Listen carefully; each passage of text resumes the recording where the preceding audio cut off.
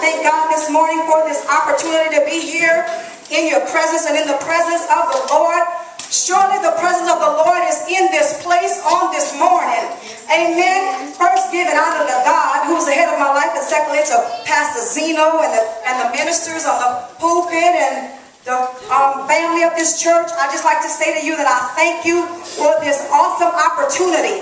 Amen. And I just got excited. I asked my granddaughter to sing that song because that's one of my favorite songs. Amen. And every morning before I went on the air on my radio show, I would always open it up with that song, Lord, I need your glory. Because if I don't have your glory, God, that means that I don't have power. So I know that I need the glory of God in order to experience the power. Amen. And I thank God because when I was watching the woman of God and she came shouting down the aisles and the Holy Spirit spoke in my spirit and she got a pee-pee.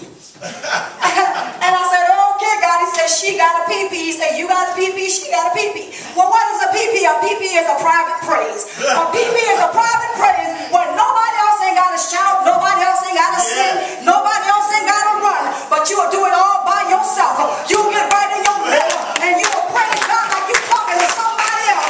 You will praise God because you know what He's done in your life. You know what He's done for you. And I'm coming this morning because God just laid on my heart to share a word with you this morning and just to let you know that there's power in praise. You know, it wasn't by accident that the woman of God actually shared, she sung the song about praise is what I do. Yeah. Amen. Because it tied right into my message this morning. And I just want to just be used by the Holy Spirit. I first of all thank my family for being here to support me. Amen. Those that came to support me, I want y'all to stand. I thank God for them. Amen. How many of y'all know a family that prays together stays together? Amen. And I thank God because of the fact that a lot of times when you step out for God and you launch out into the deeper things of God, a lot of times family members not going to follow you. They're not going to understand you. They're not going to want to be around you. But I thank God that He touched my family, that as I move higher, they're moving with me. Amen. I give God the glory for that this morning. Amen. Amen. I want to get into this message, and I don't know, I just feel like a praise in my spirit. And I'm excited, but at the same time, I'm grieved. My spirit is grieved because when you think about the goodness of Jesus and all He's done for you, can I get some volume on the mic a little bit? And you think of all He's done for you, that's something right there to make you just want to shout. That's something right there that just make you want to just, you know what I'm saying? It's like you get to one of them points where you don't care how your hair looks no more. You don't care the makeup runs off your face no more. You get to the point where you don't care if your tie gets crooked. You get to the point where you just want to give God all of you because you know that if it had not been for Him on your side, where would you be? Where would I be? Where would we be? Amen. So I just thank God this morning, and I want you to turn your Bibles because I want to I want to go higher, but I want to take you with me, so I'm going to take you with me through the Word of God. Amen? Because trust me, I'll be left y'all and going, you'll be like, where did she go? Hallelujah. But I just want to the Word is going to be coming from 2 Kings. And I'm going to give y'all a minute to find it. 2 Kings, the 5th chapter. Hallelujah, Jesus. Glory to your name, God. Hallelujah, God. Hallelujah, God. Father God, we come right now in the name of Jesus, dear God. Lord God, we come, Lord God, humbling ourselves before you, God. We come, Lord God, with a humble prayer, God, as we say less of us, oh God, and more of you. Father God, right now I humble myself before you, oh God. Father God, let not the people see me, oh God, but let them see you, God. Father God, as your word go forth, oh God. Father God, let it accomplish that for which it was sent in the name of Jesus. Father God, right now I claim every healing, oh God. I claim every deliverance this morning, dear God. I claim every miracle, oh God. Father God, right now touch your people, dear God. Father God, we thank you for their lives. Bless their homes, their families, God. In the name of Jesus. And we thank you, Lord God, because we know that it's already done. In Jesus' name we pray. Amen and amen. That's 2 Kings, the 5th chapter. All right. We're going to be starting reading at the 7th verse. Everybody there? Amen. Oh, yeah. Amen. That's 2 Kings, 5th chapter. And we'll be reading from verses 7 through 15. And verse 7 reads as follows. And it came to pass, when the king of Israel had read the letter, And he rent his clothes and said, am I God to kill and to make alive? That this man does send unto me to recover a man of his leprosy? Wherefore consider, I pray you, and see how he seeketh a quarrel against me. And it was so, when Elisha, the man of God, had heard that the king of Israel had rent his clothes, that he sent to the king, saying, wherefore hast thou rent or torn thy clothes? Let him now come to me, and he shall know that there is a prophet in Israel. So Naaman came with his horses and with his chariot, and stood at the door of the house of Elisha. And Elisha sent a messenger unto him, saying, go and wash in Jordan 7 times, and thy flesh shall come again to thee, and thou shalt be clean. But Naaman was wroth. Yeah, he was upset. And he went away and said, behold, I thought he would surely come out to me and stand and call on the name of the Lord his God and strike his hand over the place and recover the leper. Check that out. Yeah. Now he gonna tell God how he's supposed to do it, who he's supposed to do it through, and when he's supposed to do it. That's where we make a mistake at. He said, are not Abana and Pharpar, rivers of Damascus, better than all the waters of Israel? May I not wash in them and be clean? So he turned and went away in a rage. And his servants came near and spoke unto him and said, my father, if the prophet had bid thee to do some great thing, wouldst thou not have done it?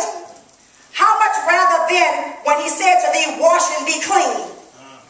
Then went he down and dipped himself 7 times in Jordan, according to the saying of the man of God. And his flesh came again like unto the flesh of a little child, and he was clean.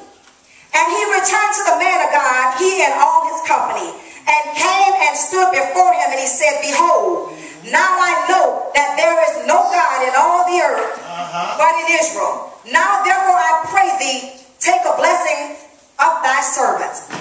But he said, as the Lord liveth, before whom I stand, I will receive nothing. And he urged him to take it, but he refused. He knew where his blessings came from. Amen.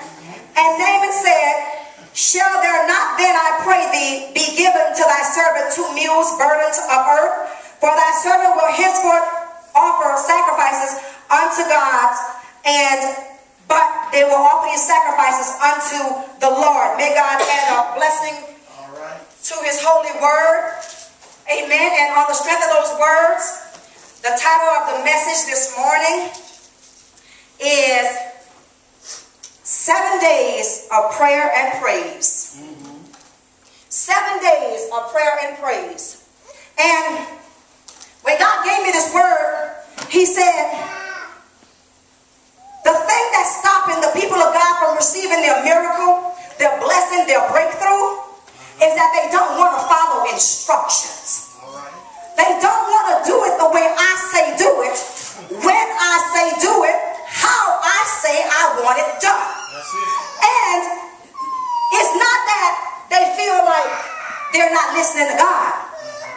It's that they doubt who the word is coming through. So what they did is that they got to the point where they said, well, I think that this person, well, they thought that the king of Israel should do it. And the king of Israel looked and said, wait a minute, who do you think I am? I mean, I can't make nobody live and make them die. Who do you think I am? Well, at that point, the king knew it wasn't him. Amen? But Elisha said, you know what? I already know who that was for. That was for me. So you just send him over here to me. And even after God sent the man of God and sent him naming the words, he still rejected the word.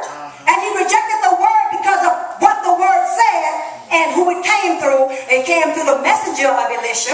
And he's like, wait a minute, hold on. If you're going to send me to him, send me to him. Don't put nobody in between him and tell them to tell me. So he got a whole attitude.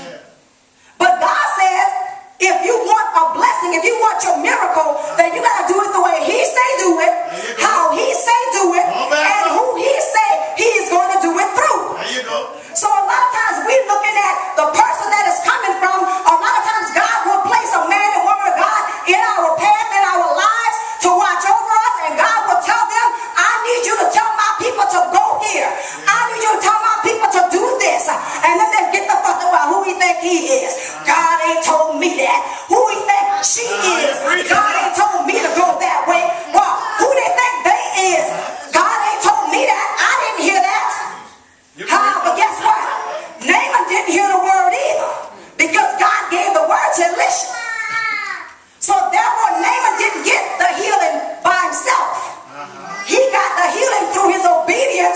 instructions that God gave the man of God. Amen. And you know what? When I thought about this and I said, God, I said, you know, this kind of sounds a little bit harsh. And he said, but you know what? It has to hurt before it can heal. There you go. He said it has to hurt before it can heal. Now let me tell you who Naaman was now. Naaman was the captain of the host of the king of Syria. He was a great man with his master, and he was honorable, because by him the Lord had given deliverance unto Syria. Now he was also a mighty man of valor. But he had a problem. He was a leper. Now, to show you how God uses people, God used Naaman's wife's maid to tell them who to go to and who to seek out to try to get Naaman's healing. That's right. But I want you to notice this, that when God said to go and dip in the river 7 times, and I said, God, why 7? He said, 7 times. I want to do it 7 times, and it's a significant number. And he said, when you journey through the Bible and you look up the times that God used 7 in the 7 days, and you look up the time that God used 7 when he told them to walk around the walls of Jericho.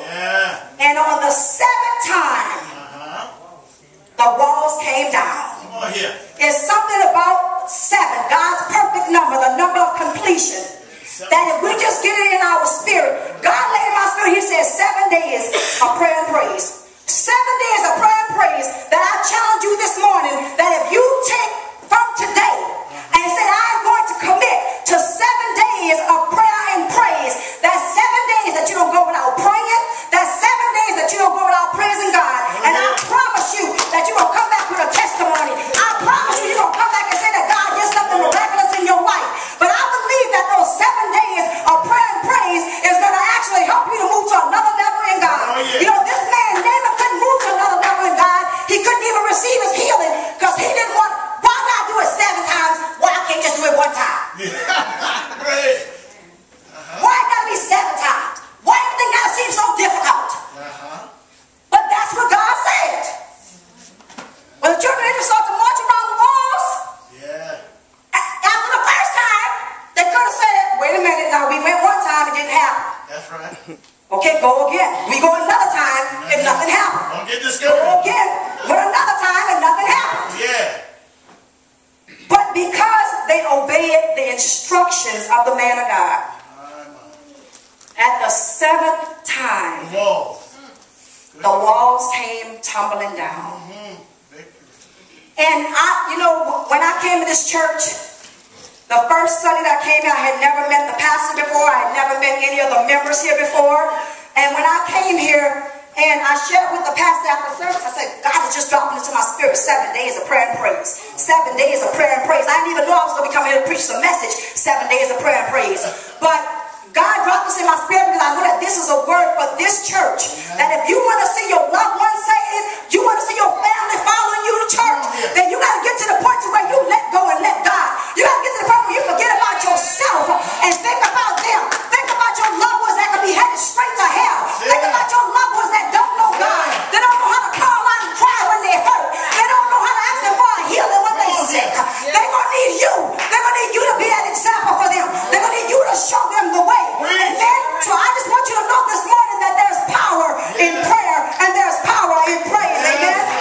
Amen. I give God the glory this morning. And I just want to let you know that everything doesn't happen the way you want it to happen. Everything doesn't happen when you want it to happen. But you best believe in God's timing, it will happen. And you know, God has been dealing with me a lot about the P. He said power starts with a P. And you wonder why if you see a church that don't have no power, look at the praise. If you see a church that don't have no prayer, no power, then you know that power starts with a P. And that P is in your praise, and it's in your prayer. You got to have a prayer life. You got to know how to talk to God. It's not hard to talk to God. It's not hard. You don't a long drawn out prayer or go into all these complicated words. Just talk to him. He just wants you to just communicate with him. Just talk to him. See, a lot of people think that because they got people out there on the streets and they don't see them in the church that they're not going to be saved. But I got news for you, baby. Because God is actually dealing with those folks out there in the church. And when they come in here, y'all can be looking at them cross-eyed. They're going to come in here. God will put a fire under them. And they're going to be in here with the power of the anointing because they got a hold to what it took in having a private praise and getting to the point where you know God for yourself, because you see it gets to the point where it's not about religion. It's about relationship. It's not about how you know him, but it's about who you know him to be. Amen. So when God begins to personally bless your life, he begins to personally speak to you, then you get to the point where, you know, pastors have to get up here and they got to beg people to tithe. They got to beg people to give offerings. They got to beg people to sow seeds. Don't you know how easy that comes? I'm going to show you how easy it comes. You can have a prayer life. Start to praise God in the midst of your circumstance, in the midst of your situation. And you can start to praise God and out of nowhere, you will be giving and don't even know why you give it. It won't even be, you won't even know that you did it. You'll just be blessing and just give it and just being obedient to the word of God. Because God will have you so caught up in him that you know that he is your source. And because you know that if I obey the word of God, then I know that whatever he has for me is for me. Whatever he has for me is going to me. People ask me all the time, say, well, how can you keep bumping your head and falling down and you get up and you keep trying to do the same thing over and over and over? But when I go to the word says the children of Israel did it. The word says that Naaman had to go and do it. 1, 2, 3, 4, 5, 6, nothing happened. That's 7. And I said, the devil is a lie. And he think that he's going to make me quit before my 7th time. Hallelujah. And I just give God the glory this morning because I know that we are in spiritual warfare. Yeah, we are. And for anybody who thinks the devil is not real, they lost their mind. Because he's real. And he's trying to destroy, distract, and discourage the people of God. He does. But you got to stay in that word. You got to stay in prayer. And you got to praise God like you never did before. Don't worry about the people don't understand your praise. Don't worry about the people looking at you praising. Because they might not need your miracle. They might not need from God what you need from God. You got to get to the point where you don't care what people say. Because that's what, when you fall down, they're going to say something. When you get up, they're going to say something. When you go this way, they're going to say something. When you go that way, they're going to say something. So the best thing you can do right about now is obey God and let him talk. Hallelujah. Obey God. Obey what God says to you. That's a word. And you know, I want to share that even as I was studying this word, and I was thinking about the things that we go through in our minds when God tells us to do something. And a lot of times when he don't do it the way we thought it should have been done. What you say? Oh, we say, God, this can't be you because you're a big God. You're a big God. Why would you tell us our Savior is a baby? And you're a big God. He should have been a 7-foot man walking through the door with a crown on his head and a sword in his hand and the shield of faith. But God sent a little baby. And you think about it, what the people were saying in their minds. How in the world a baby gonna tell me the word of God? How in the world a baby is gonna be the savior of the world? He can't even talk. He can't even walk. He gotta learn everything I already know. Speak. But that was God's way.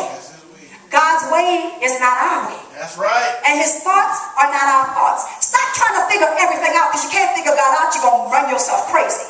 You cannot figure God out. All you can do is just trust him. Trust him. I say I trust him when I can't even trace him. Many things in my life that I've had to face, that's because I trust him when I couldn't trace him. I trust him in the midst of the pain. I trust him in the midst of the circumstance. I trust him when I was homeless. I trust him when I was sick. I trust him through everything. And I couldn't always see my way out. I couldn't always see what was going to become of it. But because I trust him, I know that he was faithful. I know that he's faithful to do what he said he's going to do. What he promised that he's going to do. And I want to share with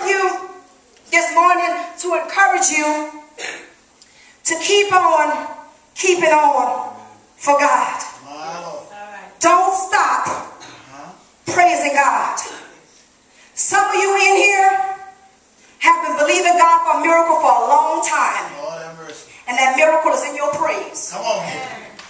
Amen. Yeah, I believe that. And I believe that. when you break through in that praise, My Lord. something is going to happen. Something is going to happen. And you're going to see God draw by his spirit. People, you won't even have to say a word. People just be drawn to you. Where do you go to church at? Who is your pastor? I want to come and visit your church.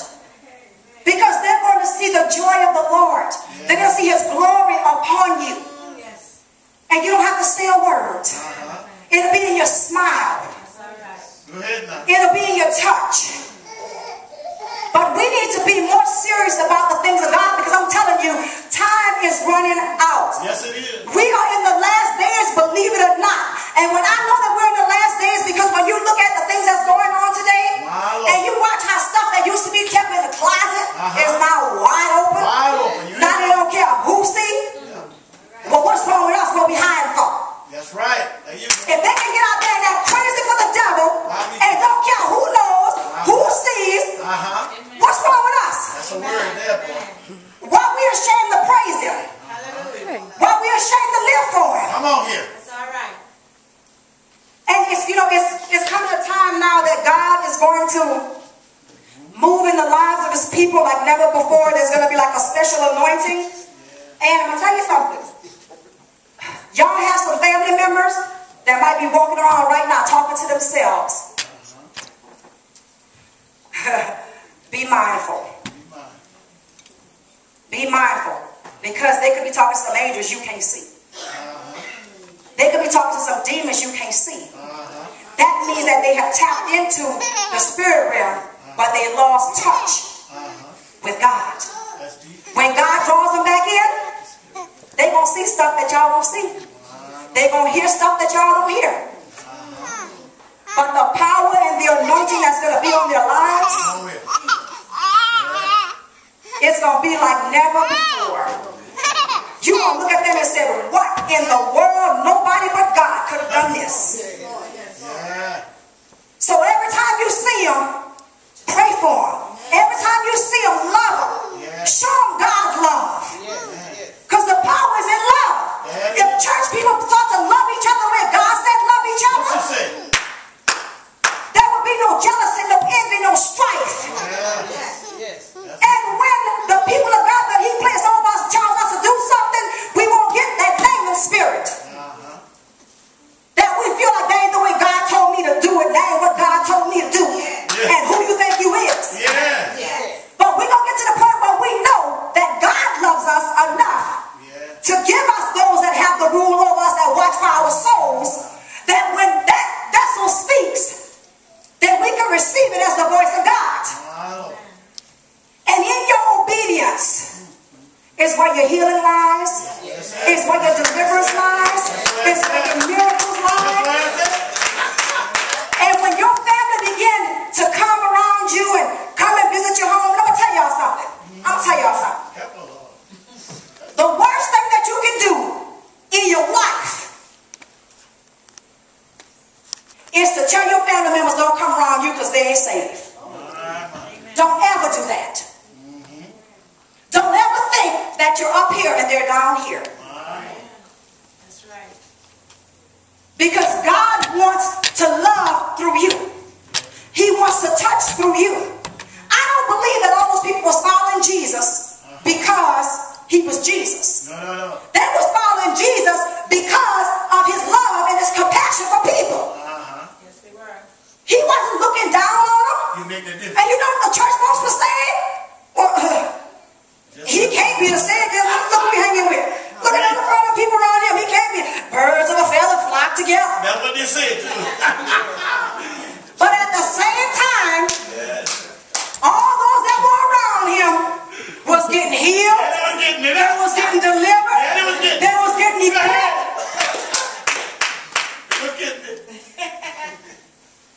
But the power in it is this. Make sure that you pray. Make sure praise in your spirit. And I'm going to tell you something, the more that you read and study your words, What you say? it's going to come. It's going to come on. It's like a divine connection. Yeah. See, the word is connected to the power. The power is connected to the prayer. Come on. And the prayer is connected to the praise. Hello, somebody. So what's going to happen is that when all them P's kick in, then all you're going to be left with is a powerful, awesome, fantastic, wonderful walk with God. Yes.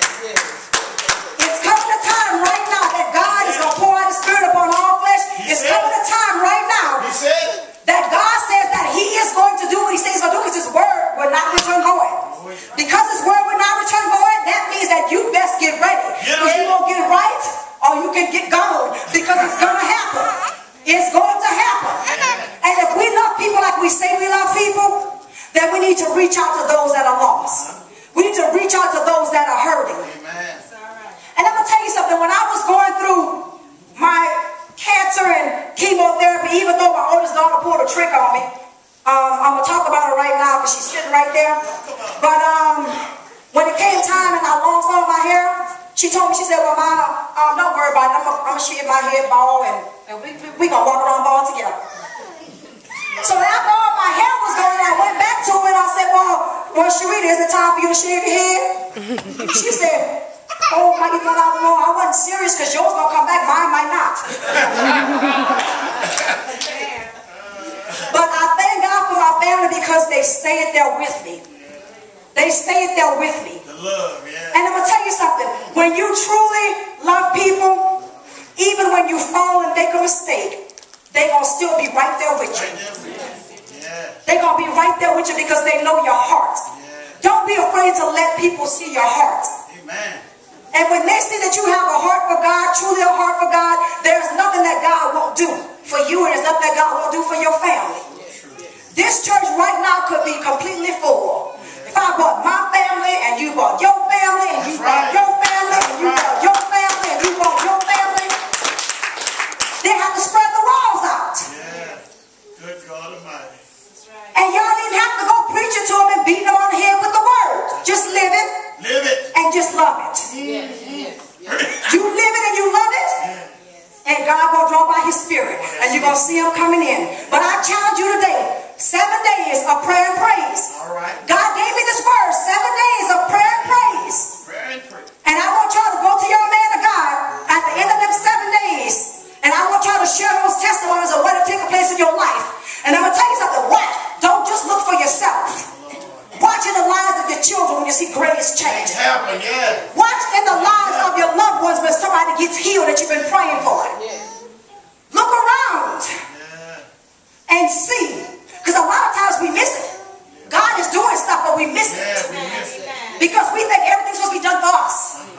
Everything's supposed to be done through us. That's right. But God said He's working. But in those 7 days of prayer and praise, He's going to open your eyes where you can see. You can see His mighty hand. You can hear His still small voice. 7 days of prayer and praise. And I promise you, because I'm starting myself. And God has done so much in my life now until I'm like, Lord, I don't know. I mean, I'd be like thinking I'm going to walk outside and get caught up in a chariot. God has done so much in my life till I have gotten to the point now where I'm like, Lord, I don't even pray for myself no more. I just pray for other people. And I want to share this with you in closing. Like Naaman, when he was told to go and dip 7 times in the river of Jordan. When I was diagnosed with breast cancer, God told me go through.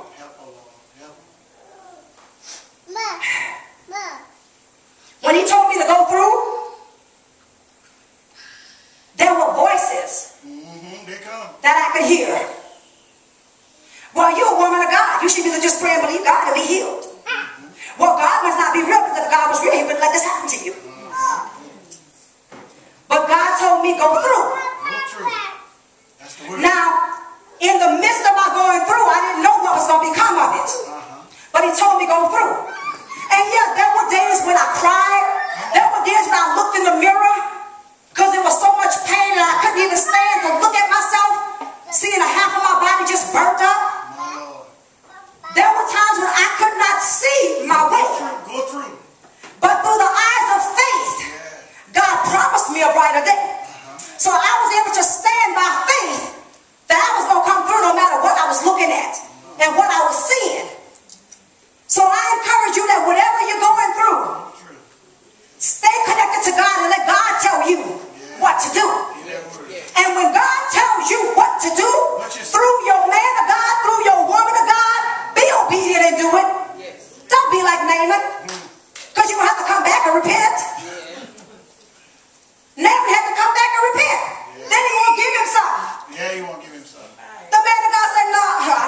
you got, I got everything I need.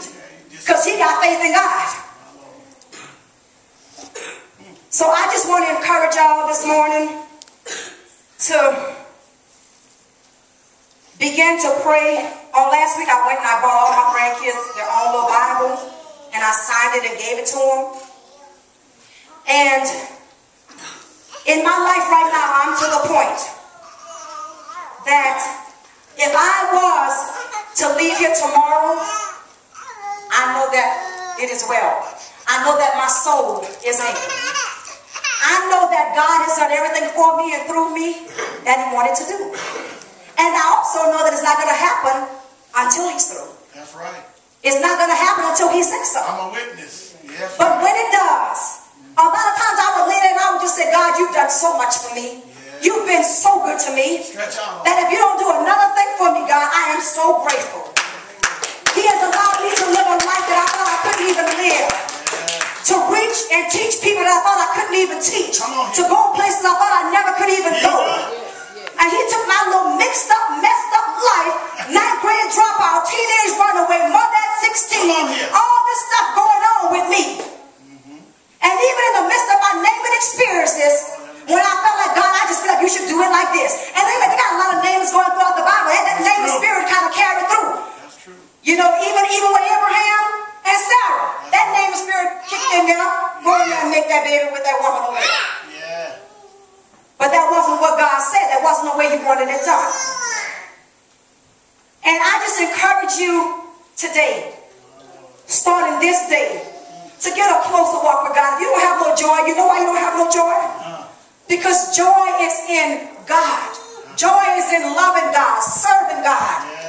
Joy is in the word of God. It's a promise. If you find yourself always depressed, that's because that spirit of depression has a hold of your life because you need a breakthrough. And the only way the breakthrough is through Holy Ghost power, through the Holy Spirit.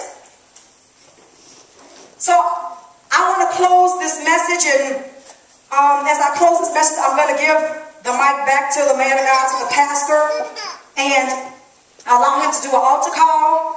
And I just want to be able to pray with some of you that from this day forward, that you will let go and let God, and that no matter what happens to you, that you will trust God when you can't trace him, and have faith and know that he's going to bless you, he's going to guide you, he's going to lead you, he's going to protect you. But you have to let him be who he wants to be in your life. Stop thinking that's too deep. Nobody ever asks why they bury me so deep. Why is everybody afraid of being deep if you're in the deeper things of God? You can be in the deeper things of God and still enjoy life. You just don't enjoy it the way you used to. You still smile, you still have a good time. You still bowl and skate and do all those things. But you do it in a different way. In a way that actually pleases God. Keep it clean. Yeah. But you can still have fun. And when people around you that's caught up in all of this see you having fun, they're like, wait a minute. Maybe it's not that bad being a Christian. Maybe it's not that bad being saved. Because she look like she's pretty happy. I'm getting ready to go home tonight and cry myself to sleep. People need us. Yes, they do. They need our testimonies. Amen. They need our love. And I just encourage you this morning, starting today, that you would commit with me for 7 days of prayer and praise. That means for 7 days you're going to get your praise on all by yourself. For 7 days you're going to pray and seek God every single day in your own way.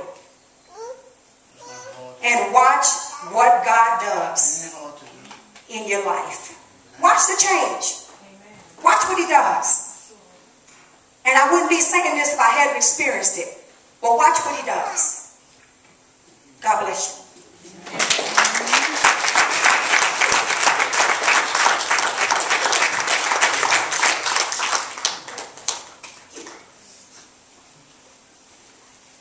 Can y'all tell him